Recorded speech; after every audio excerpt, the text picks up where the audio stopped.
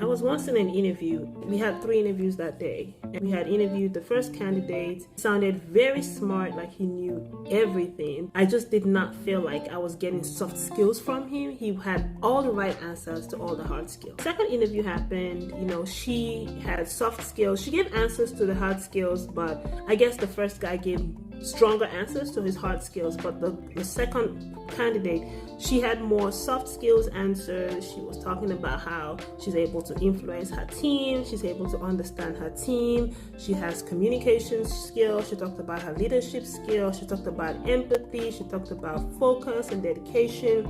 But when it came to like Scrum and Agile and TDD and all tech stuff, she wasn't as strong as the first candidate.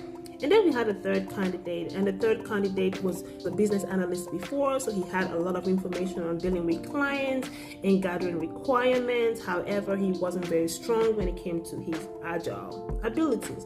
So when it came down to we actually sitting down and trying to finalize who we wanted to take, I kept stressing on the second candidate because of the soft skills she had.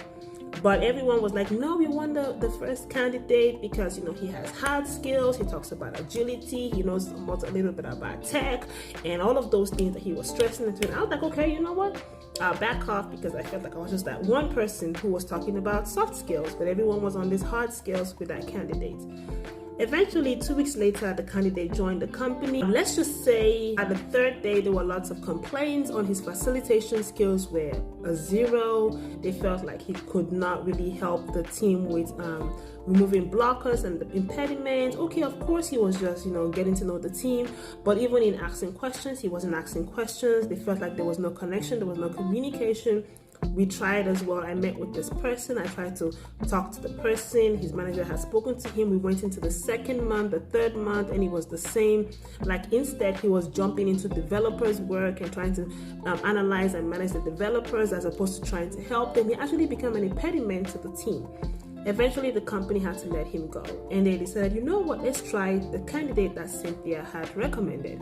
And then they brought this candidate on. Let's just say she was brought on for a contract to hire.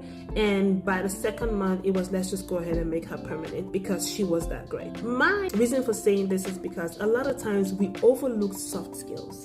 And those soft skills cannot be replaced because with soft skills, people are able to grow on that, improve on that, and do better for their teams. Developers already have the skill set. They're not looking for someone to teach them what they already know. They're looking for someone to help them improve and grow. Let's take that into consideration when we're hiring Scrum Masters.